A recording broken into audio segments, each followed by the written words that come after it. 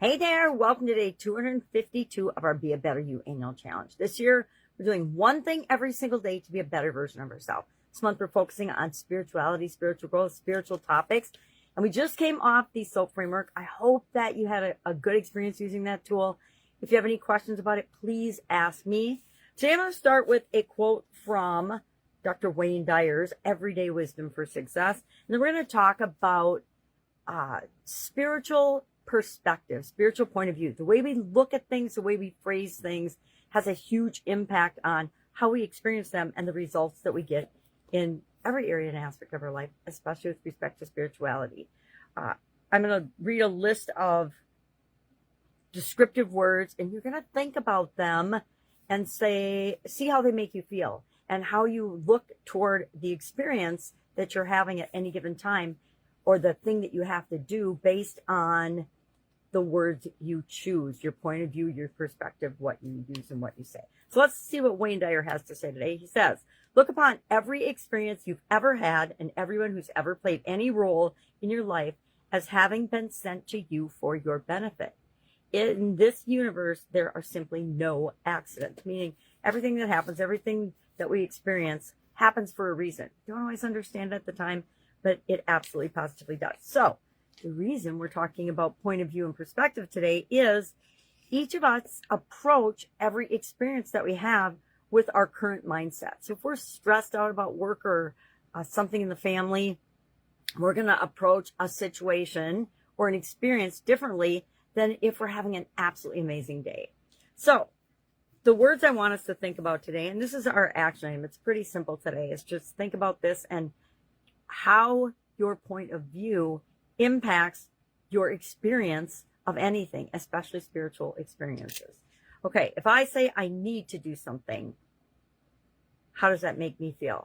What kind of a result do I think I'm going to get? If I say I must, if I say I have to, if I say I should, if I say I ought to, if I say I might, if I say I want to, if I say I'm obliged to, or if I say I'm obligated to, if I say I'm responsible to, versus, and I'm going to put want to down in this tile because I just brainstormed this list and I'm like, oh, I need some positive ways of looking at things.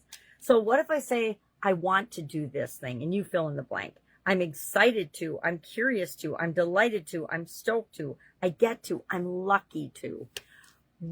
How does that make you feel positively, negatively, differently at all, depending on the words you choose to use?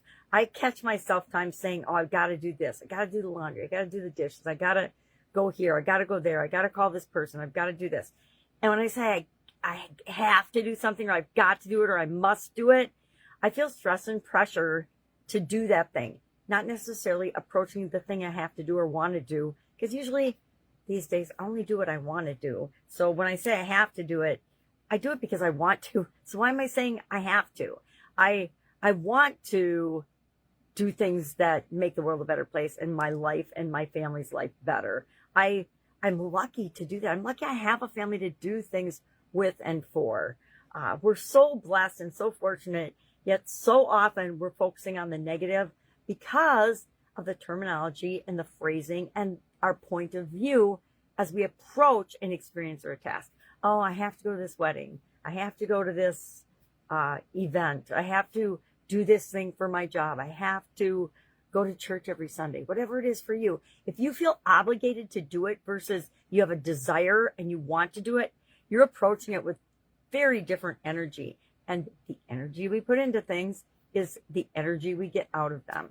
What we put into, I've said this for literally decades, what we put into something is what we get out of it. What we put in, and I learned this in high school, what we put in to any education, any experience, any course, any training, any coaching, any vacation, any trip, any job is what we get out of it.